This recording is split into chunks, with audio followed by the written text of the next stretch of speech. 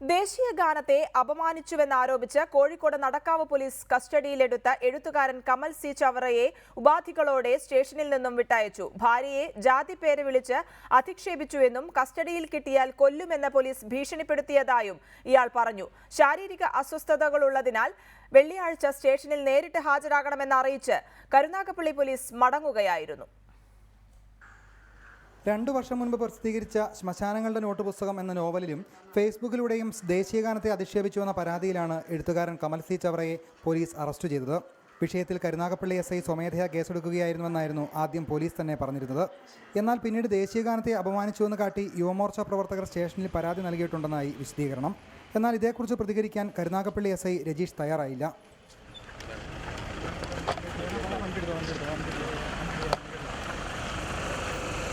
കമലിനെതിരെ രാജ്യദ്രോഹ വകുപ്പുകൾ ഉൾപ്പെടുന്ന 124A ഉൾപ്പെടുത്തിയാണ് കേസെടുത്തിരിക്കുന്നതെന്നാണ് സൂചന. കലാപത്തിന് ആഹ്വാനം ചെയ്തുകൊണ്ടുള്ള ഗുരുതര കുറ്റകൃത്യങ്ങൾക്ക് മാത്രമേ ഈ വകുപ്പ് ഉപയോഗിക്കാവൂ എന്നാണ് സുപ്രീം കോടതിയുടെ മാർഗ്ഗനിർദ്ദേശം. ഇയാൾക്കെതിരെ കേസെടുത്തിരിക്കുന്ന കരുനാഗപ്പള്ളി SIയും സംഘവും കസ്റ്റഡിയിൽ വാങ്ങാനായി രാത്രി തന്നെ സ്റ്റേഷനിലെത്തിയിരുന്നുവെങ്കിലും ശാരീരിക അസ്വസ്ഥതകളെ തുടർന്ന് ഉപാധികളോടെ വിട്ടയക്കുകയായിരുന്നു.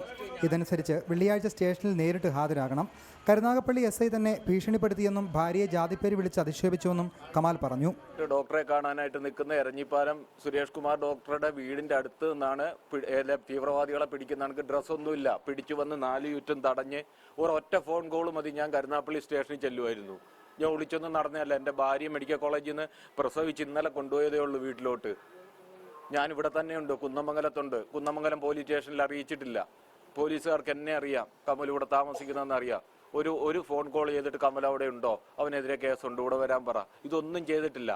സാറ് വരികയാണ് ജീപ്പ് എടുത്ത് അവിടുന്ന് ഗവൺമെന്റ് പെട്രോളും ചെലവാക്കി ഷമ്മീത്തിലകറ്റാണ് കൂടെ വന്നിട്ട് എൻ്റെ നട്ടലിടിച്ചിട്ട് പോകാൻ. കമാലിന്റെ സുഹൃത്തുക്കളും 4ാം ക്ലാസ് വിദ്യാർത്ഥിനിയായ മകളും ഉൾപ്പെടെയുള്ളവർ സ്റ്റേഷനിലെത്തിയിരുന്നു. ഇവരുടെ കൂടി ആവശ്യപ്രകാരമാണ് ഇയാളെ സ്റ്റേഷനിൽ നിന്ന് ജാമ്യത്തിൽ വിട്ടയച്ചത്. സ്വകാര്യ വാഹനത്തിലായിരുന്നു നോവലിസ്റ്റ് കൂടിയായ പ്രതിയെ കസ്റ്റഡിയിൽ വാങ്ങാൻ പോലീസ് കരുനാഗപ്പള്ളിയിൽ നിന്നും എത്തിയിരുന്നത്. റിപ്പോർട്ടർ, കോഴിക്കോട്.